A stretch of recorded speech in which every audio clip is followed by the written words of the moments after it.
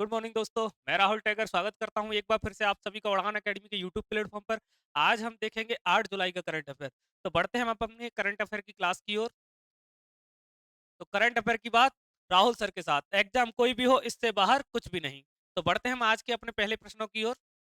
आज का पहला प्रश्न हमारा ये रहा आप लोगों के सामने। तो क्या है हमारा पहला प्रश्न? निम्न में से किस दिन विश्व खेल पत्रकारिता दिवस मनाया जाता है?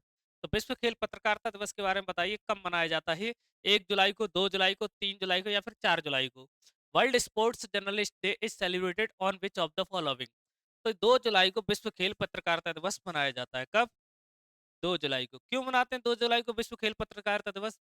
तो जो पत्रकार होते हैं, जो खेलों को दिखाते हैं हम लोगों को, उनकी जो कड़ी मेहनत होती है और जो खेलों का प्रचार प्रसार करते हैं, उनमें उसके योगदान के लिए इसको इनको सम्मानित किया जाता है पत्रकारों को। इसलिए 2 जुलाई को विश्व खेल पत्रकारिता दिवस हम मनाते हैं।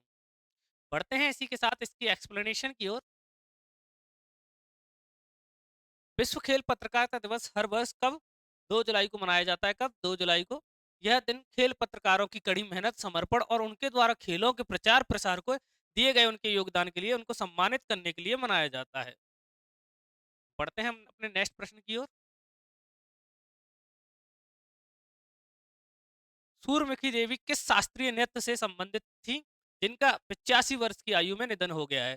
सूर्यमुखी Devi who dead at the age of 85 was related to which classical dance? तो सूर्यमुखी देवी किस नृत्य से मतलब संबंधित है?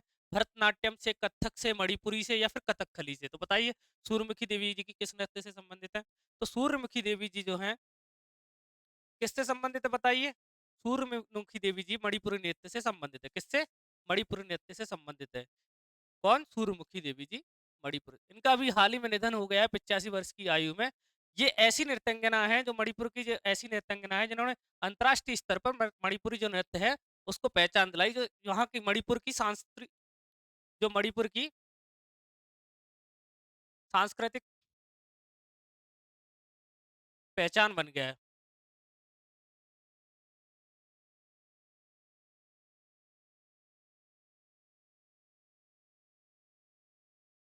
यह नृत्य मणिपुर की सांस्कृतिक पहचान बन गया है। ये नृत्य कब किया जाता है? ज्यादातर राधे कृष्ण की लीलाओं और उनकी भक्ति पर आधारित रहता है मणिपुरी नृत्य। कहाँ का है? मणिपुर का। कहाँ का है ये नृत्य? मणिपुर का। अच्छा, भरतनाट्यम कहाँ का नृत्य है? ये बताइए भरतनाट्यम कहाँ का है? भरतनाट्यम के बारे में बताइए, भरतनाट्यम कहाँ का नृत्य है? तो भरतनाट्यम अपना तमिलनाडु का। कहाँ का है? तमिलनाडु का। अच्छा, कथक कहाँ का है अपना? कथक है अपना उत्तर प्रदेश का। कहाँ का? यूपी का। कथकली कहाँ का नृत्य है? कथकली बताइए, कथकली कहाँ का नृत्य है? कथकली अपना केरल का नृत्य है। कहाँ का है? केरल का। कहाँ का नृत्य है कथकली? केरल का। सूर्यमुखी देवी जी किससे संबंधित है? तो मणिपुरी जी, मणिपुरी नृत्य से संबंधित है सूर्यमुखी देवी जी। इसकी एक्सप्लेनेशन। सूर्यमुखी देवी प्रसिद्ध मणिपुरी शास्त्रीय नृत्य नृत्यांगना थी। उन्होंने इस पारंपरिक नृत्य शैली को अंतर्राष्ट्रीय मंच पर प्रस्तुत किया और इसे एक नई पहचान दिलाई। मणिपुरी नृत्य मणिपुर राज्य की एक सांस्कृतिक पहचान बन गया है जो विशेष रूप से राधा कृष्ण की लीला और भक्ति पर आधारित है। बढ़ते हैं इसी के साथ हम नेक्स्ट प्रश्न की ओर।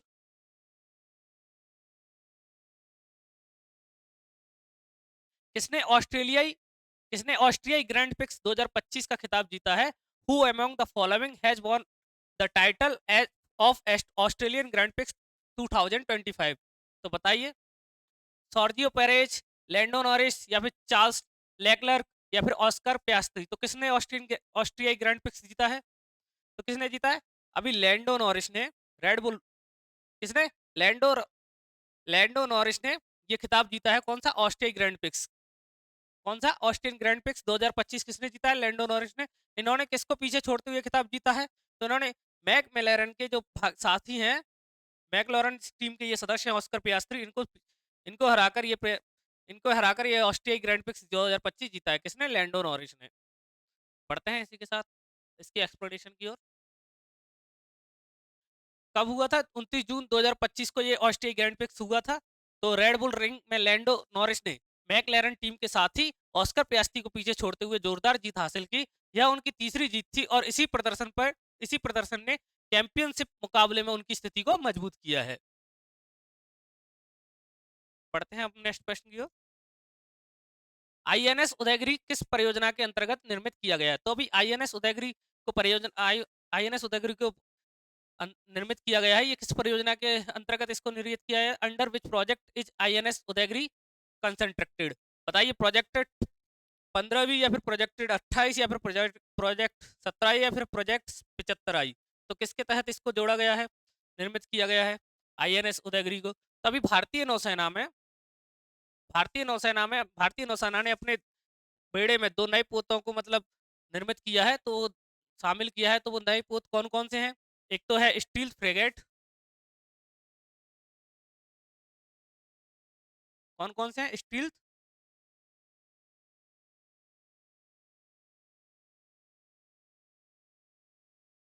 फ्रेगेट उदयगिरी।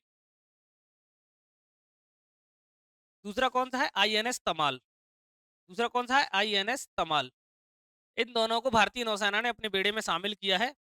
अगर स्टील फ्रेगेट उदयगिरी की बात करें तो इसका निर्माण किसने किया है? इसका निर्माण बताइए, इसका निर्माण किसने किया है स्टील फ्रेगेट उदयगिरी का?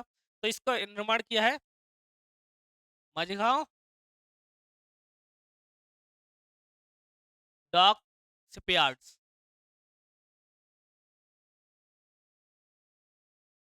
माझगांव डॉक शिपयार्ड ने इसका शिपयार्ड लिमिटेड, किसने इसका निर्माण किया है स्टील फ्रेगेट उदयगिरी का? तो मजगांव डॉक शिपयार्ड लिमिटेड ने इसका निर्माण किया। अगर इसके वजन की बात करें, इसमें टोटल वजन कितना है? इसका वजन है टोटल 6600 टन। कितना है? 6600 टन। अगर हम इसकी स्पीड की बात करें, इसकी रफ्तार की बात करें, इस कितनी रफ्तार से ये चल सकता है?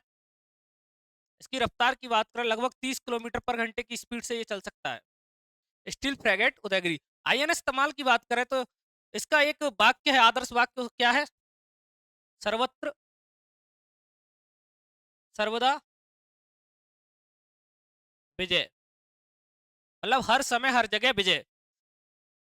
आईएनएस तमाल की बात करें, इसमें बहुत सारे बड़े बड़े मिसाइलों को इसमें रखा गया है, जैसे ब्रह्मोस हो गया, क्रूज मिसाइल हो गया, एएसडब्ल्यू रॉकेट हो गया, इसमें इनको रखा गया है। किसमें? आईएनएस तमाल में। तो इसको किस परियोजना के तहत अंतर्गत लॉन्च किया है? तो इसको प्रोजेक्ट 17A के अंतर्गत लॉन्च किया गया है आईएनएस उदयगिरी को। किसके अंतर्गत? प्रोजेक्ट 17A के अंतर्गत। बढ़ते हैं इसी के साथ, इसकी एक्सप्लेनेशन हम देख लेते हैं। आईएनएस उदयगिरी को भारत के प्रोजेक्ट 17A के तहत निर्मित किया गया है, जो नीलगिरी क्लास की अगली पीढ़ी की स्टेल्थ फ्रेगेट का हिस्सा है। इस परियोजना के तहत कुल 7 फ्रेगेट्स बनाए जा रहे हैं। कितने? 7 फ्रेगेट्स बनाए जा रहे हैं, जिसमें से 2 को भारतीय नौसेना ने अपने बेड़े में शामिल कर लिया है।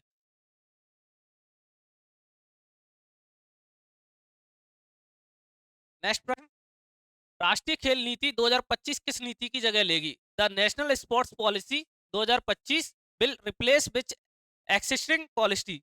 तो खेलो इंडिया नीति 2018, खेलो युवा नीति 2014, या खेलो राष्ट्रीय खेल नीति 2001, या फिर फिट इंडिया मूवमेंट नीति? तो राष्ट्रीय खेल नीति 2025 की बात करें, किसकी जगह लेगी? तो राष्ट्रीय खेल नीति अभी 1 जुलाई को नरेंद्र मोदी जी की अध्यक्षता में दो राष्ट्रीय खेल नीति 2025 का मतलब मंजूरी मिल गई है, दो राष्ट्रीय खेल नीति 2025 को।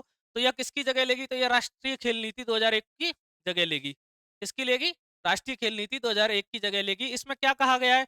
2036 तक राष्ट्रीय जो ओलंपिक खेल होते हैं, जो अपने ओलंपिक खेलों के साथ साथ अंतर्राष्ट्रीय स्तर पर जो भी खेल होते हैं, उनको एक दूरदर्शी उनके लिए एक दूरदर्शी रूपरेखा तैयार की गई है और अच्छी योजनाएं बनाई गई हैं। राष्ट्रीय खेल नीति 2001 की जगह राष्ट्रीय 2000 इसकी जगह ली है 2025 ने।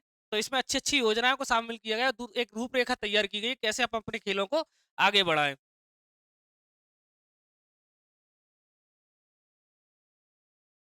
इसकी एक्सप्लेनेशन, नई नीति राष्ट्रीय खेल नीति 2001 का स्थान लेगी, जिसे अब पुराना माना जा रहा है और वर्तमान में समय की जरूरतों के अनुसार इसको अपडेट किया जा रहा है।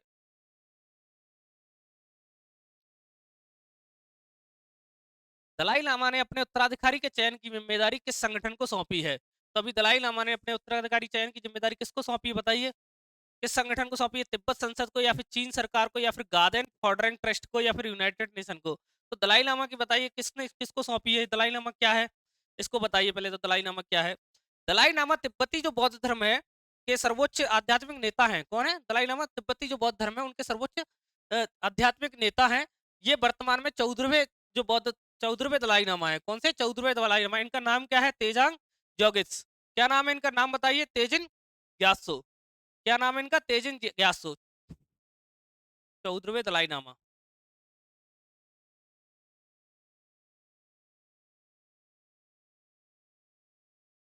क्या है? तेजिन ग्यासो। कौन है 14वें दलाई लामा? तेजिन ग्यासो 14वें दलाई लामा है।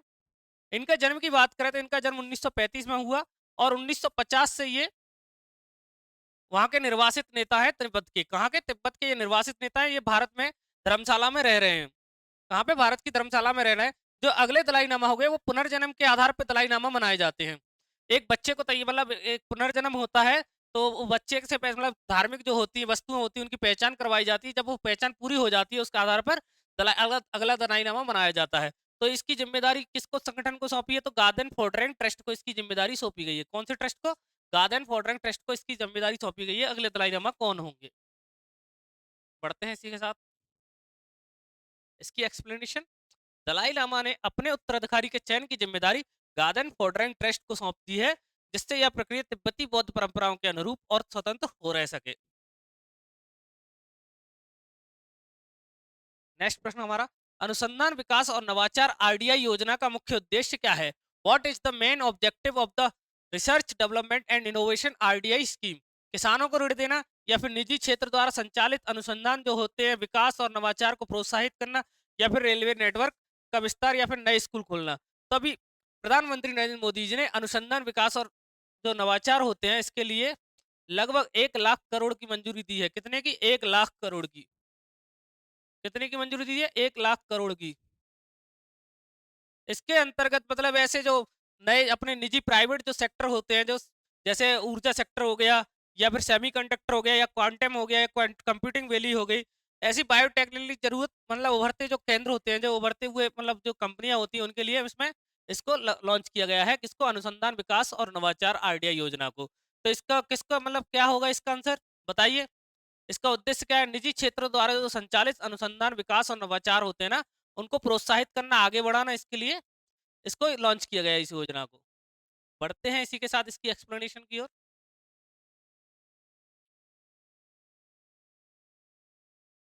आरडीआई योजना का मकसद रणनीतिक और उभरते क्षेत्रों में निजी क्षेत्रों द्वारा संचालित अनुसंधान विकास और नवाचार को बढ़ावा देना है, ताकि भारत तकनीकी और वैज्ञानिक क्षेत्रों में आत्मनिर्भर हो सके। बढ़ते हैं नेक्स्ट प्रश्न की ओर। हाल ही में केंद्र सरकार ने रोजगार से जुड़ी प्रोत्साहन एम्प्लॉयमेंट लिंक इंसेंटिव ईएलआई योजना को मंजूरी दी है। इस योजना को किसकी अध्यक्षता में मंजूरी दी गई? रक्षा मंत्री जी की, या फिर वित्त मंत्री जी की अध्यक्षता में, या फिर प्रधानमंत्री नरेंद्र मोदी जी की अध्यक्षता में, या फिर श्रम और रोजगार मंत्री जी की अध्यक्षता में? तो एम्प्लॉयमेंट लिंक इंसेंटिव की बात करें तो इसको इस योजना को मंजूरी दी है किसकी अध्यक्षता में दी है? तो प्रधानमंत्री नरेंद्र मोदी जी की अध्यक्षता में इसको मंजूरी दी है। किसकी अध्यक्षता में? प्रधानमंत्री मोदी जी की में। अच्छा, ये होती क्या है एम्प्लॉयमेंट लिंक इंसेंटिव की बात करें, इस योजना की बात करें तो इस क्या होती है ये? इसके और इसमें कितने रुपए की मंजूरी दी है? तो लगभग 99,446 करोड़ रुपए की मंजूरी दी है इसमें। कितनी? 99,446 करोड़ रुपए की मंजूरी दी है इसमें। इसमें क्या होगा इस योजना में? होगा क्या? जो रोजगार होता है जिन लोगों के पास, इस योजना के अंतर्गत जो रोजगार होते हैं ना, लगभग 3.5 करोड़ नई नौकरियां दी जाएंगी इसमें। कितनी? 3.5 करोड़। कितनी नौकरियां दी जाएंगी? 3.5 करोड़ नौकरियां दी जाएंगी इसमें। तो किसकी अध्यक्षता में हुआ है? प्रधानमंत्री मोदी जी की में। रक्षा मंत्री कौन है हमारे? तो राजनाथ सिंह। वित्त मंत्री कौन है हमारे? तो बताइए। रक्षा मंत्री कौन है? राजनाथ सिंह। अच्छा, वित्त मंत्री कौन है हमारे? वित्त मंत्री बताइए। निर्मला सीतारमण जी।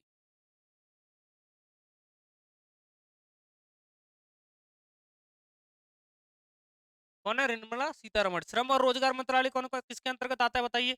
श्रम और रोजगार मंत्रालय बताइए। मनसुख मांडवीय के अंतर्गत आता है श्रम और रोजगार मंत्रालय। अगर हम ईएलआई की बात करें तो यह योजना 1 जुलाई को प्रधानमंत्री नरेंद्र मोदी जी की अध्यक्षता में केंद्रीय कैबिनेट की बैठक में इसको मंजूरी दे दी गई है।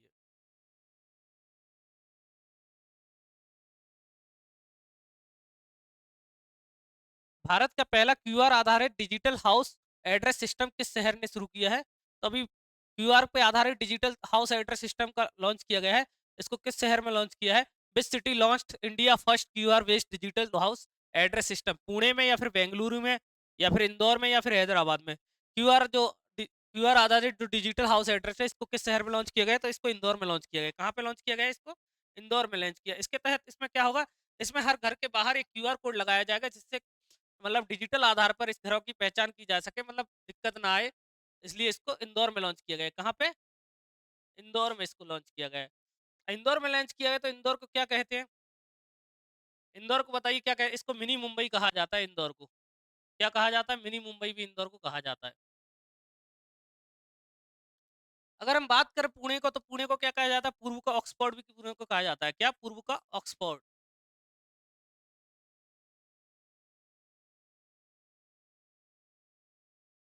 बेंगलुरु को क्या कहा जाता है बताइए? और हैदराबाद को हम क्या कहते हैं बताइए? बेंगलुरु को क्या कहते हैं? हैदराबाद को तो मोतियों का शहर कहते हैं। बेंगलुरु को क्या कहते हैं ये बताइए? बेंगलुरु को भारत की सिलिकॉन वैली कहते हैं। क्या? भारत की सिलिकॉन वैली।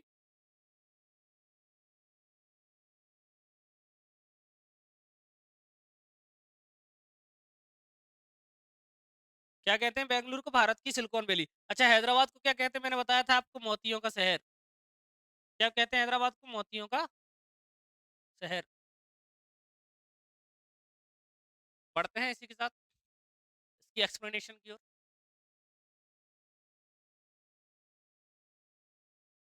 इंदौर मध्य प्रदेश का प्रमुख शहर है। भारत की पहली क्यूआर आधारित डिजिटल हाउस एड्रेस प्रणाली, QR based digital house address system launch किया है। इस प्रणाली के तहत प्रत्येक घर को एक यूनिक क्यूआर कोड प्रदान किया जाएगा, जिससे उसका पता डिजिटल रूप में आसानी से और एक्सेस किया जा सके। भारत का पहला एकीकृत बाढ़ पूर्वानुमान मंच सी फ्लड किसके द्वारा लॉन्च किया गया है? Who launch C flood? India first unified flood forecasting platform. तो किसके द्वारा लॉन्च किया गया? नितिन गडकरी, धर्मेंद्र प्रधान या फिर सी आर पाटिल या फिर अमित शाह। तो सी आर पाटिल के द्वारा पहला, भारत का पहला सी आर पाटिल के द्वारा भारत का पहला जो सी फ्लड है उसको लॉन्च किया गया है। इसको क्यों, किस लिए लॉन्च किया गया सी फ्लड के बारे में बताइए? इसका उद्देश्य क्या है इसको लॉन्च करने का, सी फ्लड को? तो देश भर में जो भी बाढ़ की जो भविष्यवाणी करना और जल संसाधन, मौसम, उपग्रह व रडार डेटा का एकीकृत करके सटीक बाढ़ की पूर्वानुमान पहचान दिलाना। बाढ़ के लिए इसको किया गया। किसके लिए? बाढ़ का पता लगाना।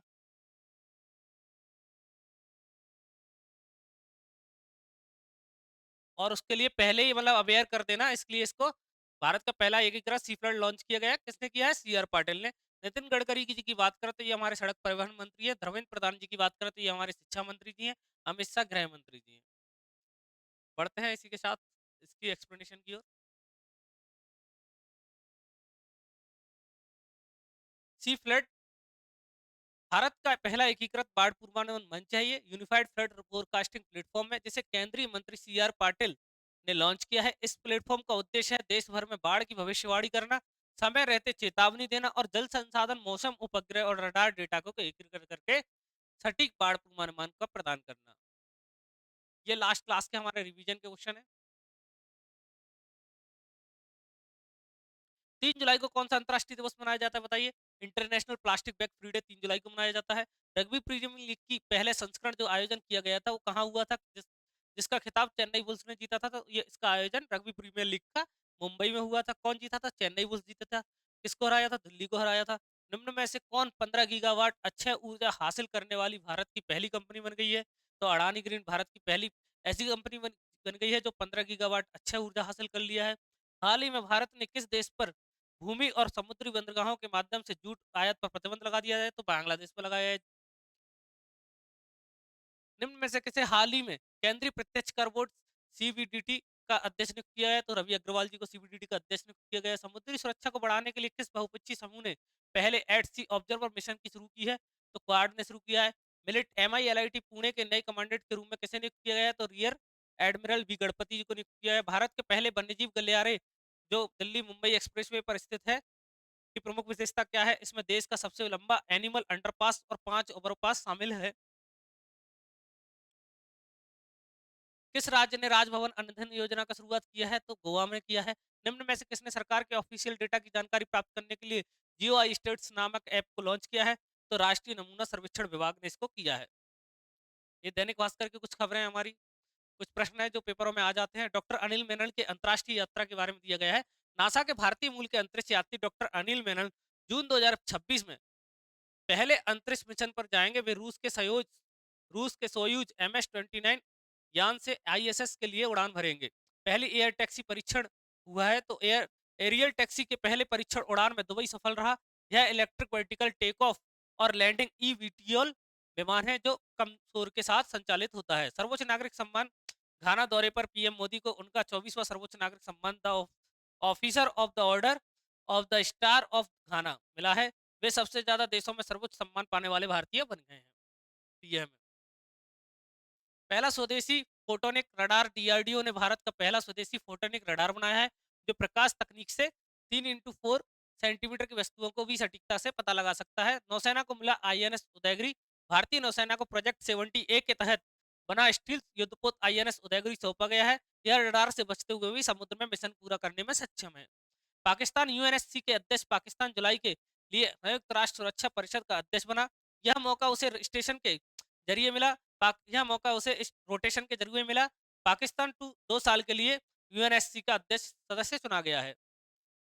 सूरीनाम मलेरिया मुक्त घोषित हो गया है। WHO ने दक्षिणी अमेरिकी देश सूरीनाम को मलेरिया मुक्त घोषित किया। यह अमेजन क्षेत्र का पहला और 2025 में जॉर्जिया के बाद दूसरा देश बना है। दुबई में होगी पहली वर्ल्ड सुपर कबड्डी लीग। पहली वर्ल्ड सुपर कबड्डी लीग 2026 में दुबई में होगी। इसमें 8 फ्रेंचाइजी टीमें और Bharat, Japan, Iran, America, Pakistan समेत 30 देश भाग लेंगे। NIPCCD का नाम बदला। राष्ट्रीय जन सहयोग एवं बाल विकास का नाम सावित्रीबाई फुले राष्ट्रीय महिला एवं बाल विकास संस्थान किया गया। इसकी स्थापना फरवरी 1966 में हुई थी। बाढ़ पूर्वानुमान प्रणाली की बात करें तो जल शक्ति मंत्री CR पाटिल ने वेब आधारित बाढ़ पूर्वानुमान प्रणाली सीफ्लड का उद्घाटन किया जो गांव स्तर तक 2 दिन पहले जल भराव की सूचना देता है। ये आज की प्रमुख खबरें हैं। प्रधानमंत्री नरेंद्र मोदी ने डिजिटल ग्राम योजना की शुरुआत की। इसरो ने सफलतापूर्वक GSLV F-14 रॉकेट से GSAT-21 सैटेलाइट लॉन्च किया। वित्त मंत्रालय ने अप्रैल जून के लिए भारत की GDP ग्रोथ दर 7.8% बताई। भारत और फ्रांस के बीच नई रक्षा साझेदारी समझौते पर हस्ताक्षर हुए। आज की कानूनी रिपोर्ट कुछ। सुप्रीम कोर्ट ने नीट PG 2024 परीक्षा में हुई गड़बड़ियों की CBI जांच के आदेश दिए। दिल्ली हाई कोर्ट ने सोशल मीडिया पर फर्जी खबरें फैलाने वाले पर सख्त टिप्पणी की। दुर्घटनाएं आज की। उत्तराखंड में तीर्थयात्रियों की बस खाई में गिरी, 13 लोगों की मौत, 25 घायल। मध्य प्रदेश के सागर जिले में पटाखा फैक्ट्री में विस्फोट, 4 की मौत। मनोरंजन समाचार आज के। फिल्म स्वराज्य का ट्रेलर रिलीज हुआ। अजय देवगन मुख्य भूमिका में। सिंगर श्रेया घोषाल को लंदन में ग्लोबल म्यूजिक ऑफ अवार्ड मिला। अमेजन प्राइम पर वेब सीरीज राजनीति 2040 लॉन्च। आज के रक्षा समाचार हमारे। भारत ने अग्नि प्राइम मिसाइल का सफल परीक्षण किया। लद्दाख में भारत अमेरिका की संयुक्त सैन्य अभ्यास युद्ध अभ्यास 2025 शुरू हुआ। आज के अंतर्राष्ट्रीय समाचार। UN में भारत को 2 वर्षों के लिए सुरक्षा परिषद का अस्थायी सदस्य चुना गया। और अमेरिका में राष्ट्रपति चुनाव प्रचार जोरों पर, बाइडेन और ट्रंप आमने सामने हो गए। जापान में भारी बारिश से जनजीवन अस्त व्यस्त और कई लोगों की मौत। आज का विश्व समाचार हमारा। चीन ने AI टेक्नोलॉजी को लेकर नई नीतियां लागू की। पेरिस में 2024 ओलंपिक के समापन समारोह की तैयारी अंतिम चरण में। रूस यूक्रेन संघर्ष अभी भी जारी, शांति वार्तालाप विफल। आज के खेल समाचार। भारत ने श्रीलंका को तीसरे वनडे में 6 विकेट से हराया। सीरीज 2-1 से जीती। PV सिंधु ने सिंगापुर ओपन 2025 बैडमिंटन का खिताब जीता। यू यूएफा यूएफा यूरो 2024 के सेमीफाइनल में इंग्लैंड ने फ्रांस को हराया। भारत के बारे में कुछ तथ्य। भारत दुनिया का दूसरा सबसे बड़ा दूध उत्पादक देश है। भारत दुनिया का सबसे बड़ा दूध उत्पादक देश है। भारत में लगभग 22 आधिकारिक भाषाएं और 1600 से अधिक बोलियां बोली जाती हैं। आज के जीके टुडे। भारत का पहला परमाणु रिएक्टर कौन सा था? तो अप्सरा था। भारत का पहला परमाणु रिएक्टर अप्सरा। वर्तमान में भारत के मुख्य चुनाव आयुक्त कौन है? बताइए, राजीव कुमार जी। आज के कुछ जन्मे व्यक्ति 5 जुलाई के हैं, सॉरी।